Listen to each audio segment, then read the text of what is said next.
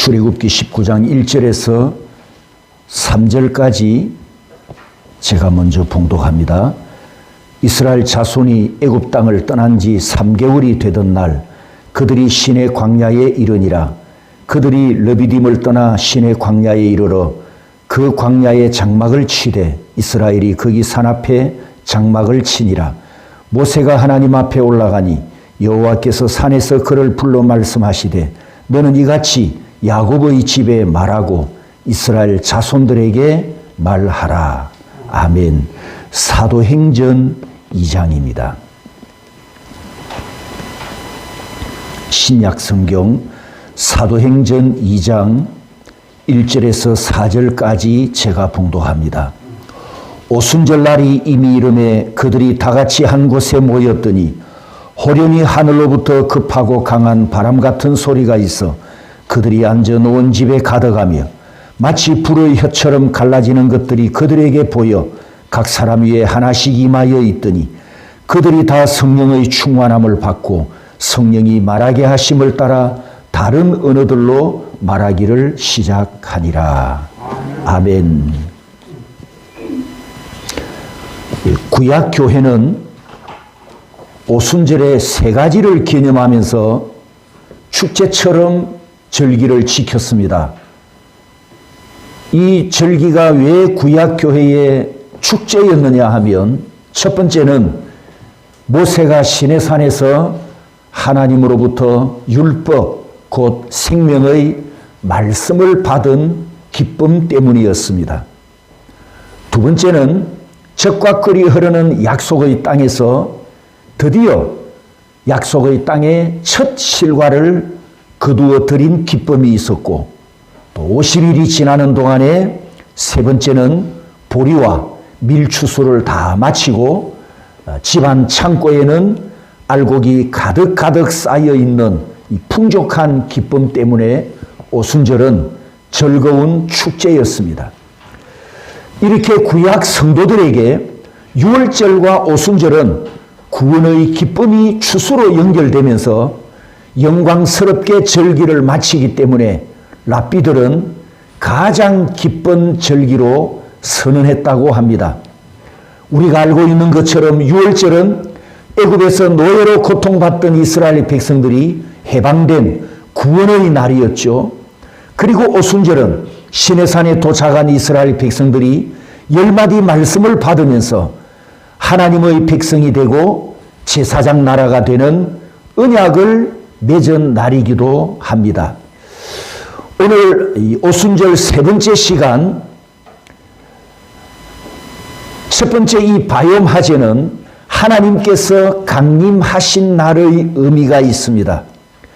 시내산에 강림하신 하나님께서 율법을 선포하시면서 오늘 본문 3절에 야곱의 집에 말하고 이스라엘 자손들에게 말하라 이렇게 명령합니다.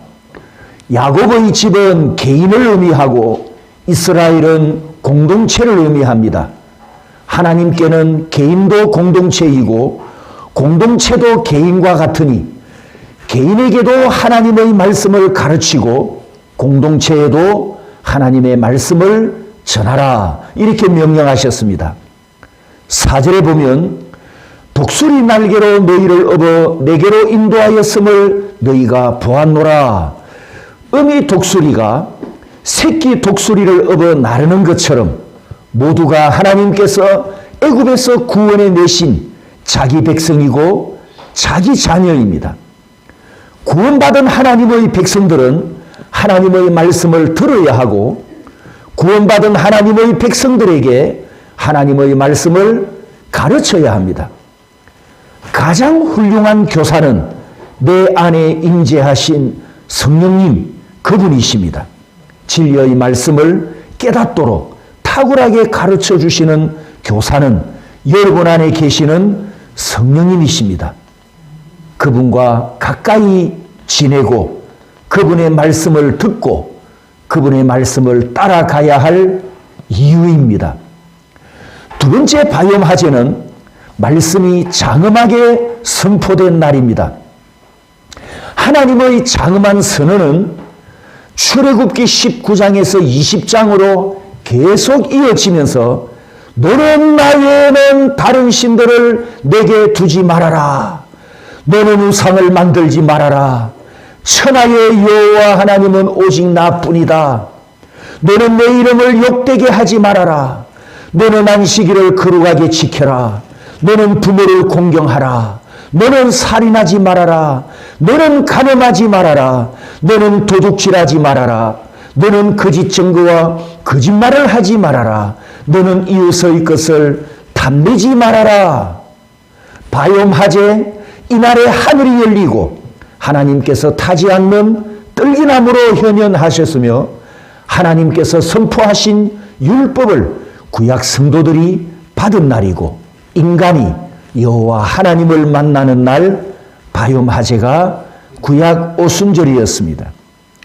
세 번째 오순절에 드려진 떡 2개가 예언하는 말씀이 있습니다. 레위기 23장 17절에 떡 2개를 가져다가 흔들지니 그랬습니다. 구약 오순절 때 요제로 드린 떡 2개는 구약 교회와 신약 교회가 오순절에 하나 되어서 한 떡 덩어리가 되어서 하나님께 드려질 것을 예표하는데, 신약에 가면 예수님께서 부활하신 후에 정확하게 50일째 되는 날 신약의 바요음하제에 성령님께서 120명에게 강림하셨습니다.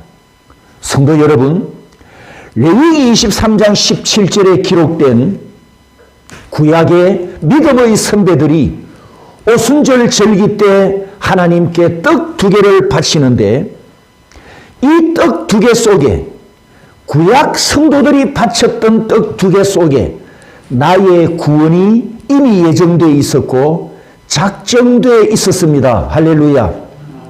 구약 오순절 제단에 올려진 떡 2덩이에 1500년이 지나면 120명이 예루살렘에 모일 그 교회도 담겨 있었고 우리 대구 선교교회도 들어 있었고 구원받은 나도 바로 그날 하나님께 바쳐진 이 떡 안에 이미 들어 있었단 말입니다. 믿으십니까? 바요음하제 구약 오순절에 애굽에서 구원받은 구약 첫 교회가 시내산에서 야훼 하나님과 만나 옛 언약이 맺어졌습니다. 그리고 신약 첫 교회인 마가의 집에 모였던 120명에게 성령님께서 친히 오셔서 새 언약을 맺으십니다. 그러니 이날이 구약교회와 신약교회의 생일로 중요한 날이다라는 것을 우리가 알게 됩니다. 여호와 하나님께서 강림하셨고 말씀을 선포하셨으니 장엄하게 선언하는 날의 의미가 이해될 것입니다. 시내산에서 하나님과 이스라엘 사이에 말씀으로 언약을 맺으면서 하나님의 소유가 되었고 거룩한 제사장 나라로 세워졌습니다. 출애굽기 19장 5절 6절에 보면 하나님께서 시내산에서 이스라엘 백성들과 언약을 맺으실 때 세 가지를 강조합니다. 첫 번째는 애굽과 같은 세상에서 구원받은 성도는 하나님의 값진 소유물이 되었고, 두 번째, 세상과 하나님 사이에 있는 왕 같은 제사장이 되었는데 하나님과 백성들 사이에 제사를 드리는 제사장의 역할처럼 이스라엘 백성들이, 구원받은 성도들이 하나님과 세상 중간에서 제사장 역할로 이 세상에 하나님의 평강을 전하고 하나님의 생명을 흘려보낼 복의 통로로 세움을 받았습니다. 그리고 세 번째는 세상에서 구별된 존재와 신분, 곧 거룩한 백성, 성도가 되었습니다. 성도 여러분, 출애굽기 19장 5절 6절에 하나님과 이스라엘 사이에 맺어지는 이 세 가지 계약이 지금부터 3500년 전 시내산에서 있었던 사건이란 말입니다. 하지만 이 말씀은 3500년 전 그 이스라엘 이야기가 아니고 오늘 누구 이야기라고요? 내 이야기입니다. 하나님께서 내게 주시는 말씀입니다.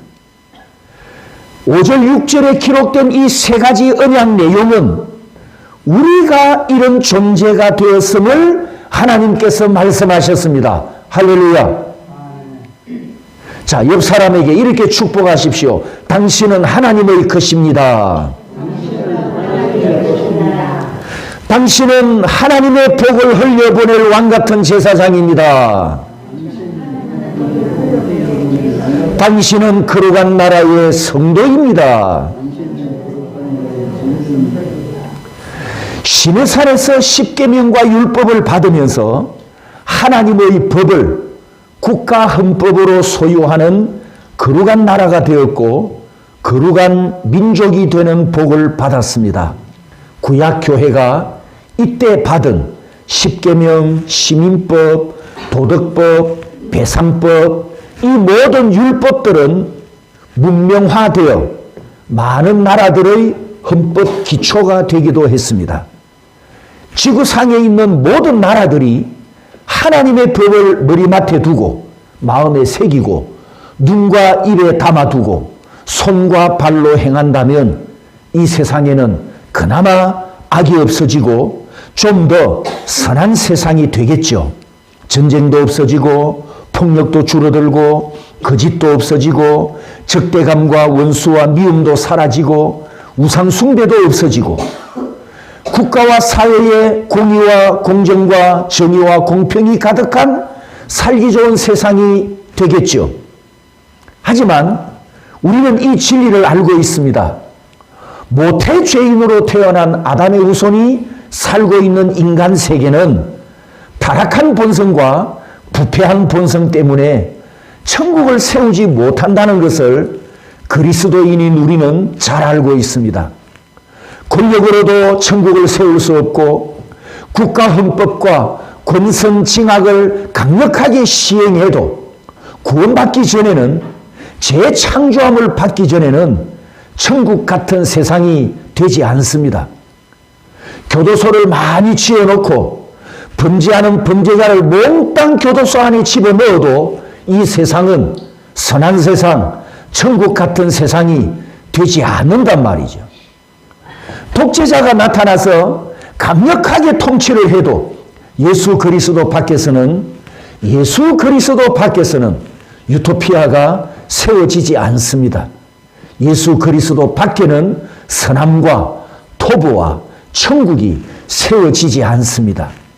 예수님께서 십자가에서 외치신 테텔레스타이 이 선언으로 구속받은 새 인류에게 성령 하나님께서 내주하셔서 성령으로 정복당한 우리가 천국 시민이니 우리가 천국을 세울 수 있고 내가 있는 곳이 천국이 되고 내가 십자가와 부활의 복음을 들고 가는 곳이 천국으로 변화될 줄 믿습니다. 우리에게 생명의 말씀을 주신 날입니다.